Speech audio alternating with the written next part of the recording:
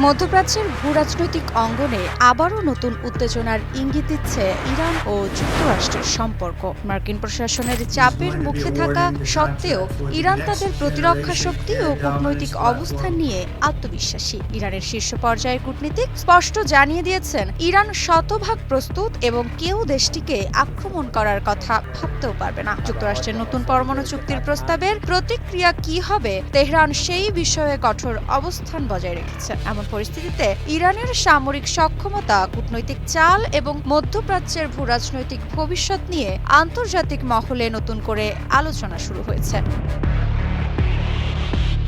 ইরানের পররাষ্ট্রমন্ত্রী Abbas Araghchi সাফ জানিয়ে দিয়েছেন, ইরান সম্পূর্ণ প্রস্তুত এবং কোনো শক্তিই দেশটির সার্বভৌমত্বের বিরুদ্ধে আগ্রাসন চালানোর সাহস দেখাবে না। 24 মার্চ ইসলামী রেড ক্রিসেন্ট সোসাইটির এক অনুষ্ঠানে দেওয়া বক্তব্যে তিনি বলেন, দেশের প্রস্তুতি অত্যন্ত উচ্চ পর্যায়ের 100%। আমি নিশ্চিত কেউ ইরান আক্রমণ করার কথা কল্পনাও করতে পারবে না, কারণ তারা এর পরিণতি সম্পর্কে ভালোভাবেই জানে। আমাদের সশস্ত্র বাহিনী, চিকিৎসা সংস্থা, সরকার ও জনগণের সক্ষমতা সবকিছুই প্রস্তুত। ইরানের এই কড়া বার্তার পেছনে রয়েছে দেশটির সামরিক ও কৌশলগত শক্তির প্রতি আত্মবিশ্বাস। যুক্তরাষ্ট্র ও তার মিত্ররা দীর্ঘদিন ধরে ইরানের সামরিক সক্ষমতা ও কৌশলগত অবস্থান নিয়ে উদ্বিগ্ন, বিশেষ করে দেশটির পরমাণু কর্মসূচিকে ঘিরে।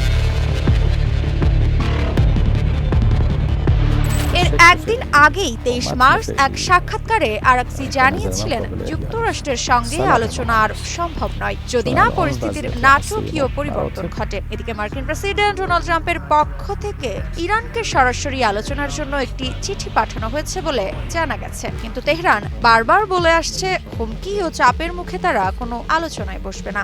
আরাকচির ভাষায়, আমরা কখনো চাপের মুখে নতি স্বীকার করব না। ওয়াশিংটন যদি মনে করে সামরিক বা অর্থনৈতিক চাপ প্রয়োগ করে তারা তেহরানকে আলোচনার টেবিলে আনতে পারবে, তবে তারা বড় ভুল করছে। এই বক্তব্যের মাধ্যমে ইরান স্পষ্ট বার্তা দিয়েছে যে তারা যে কোনো পরিস্থিতির জন্য প্রস্তুত এবং যুক্তরাষ্ট্রকে কঠোর জবাব দিতে তারা পিছপা হবে না।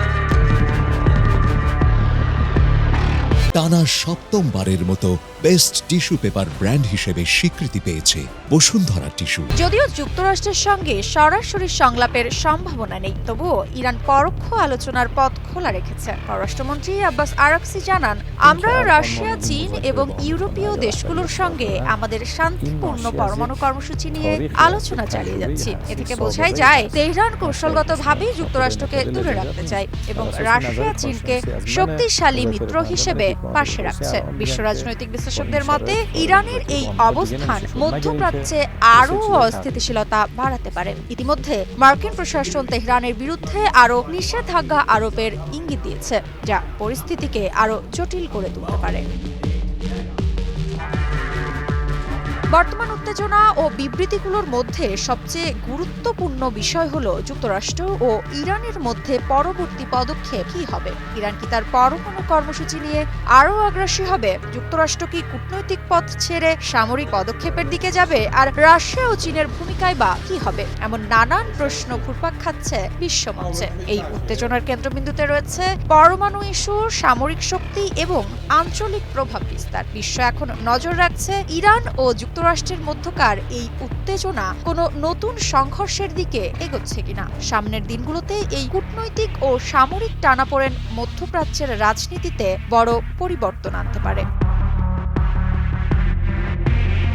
মৃত্তিকা বিশ্বাস, নিউজ 24।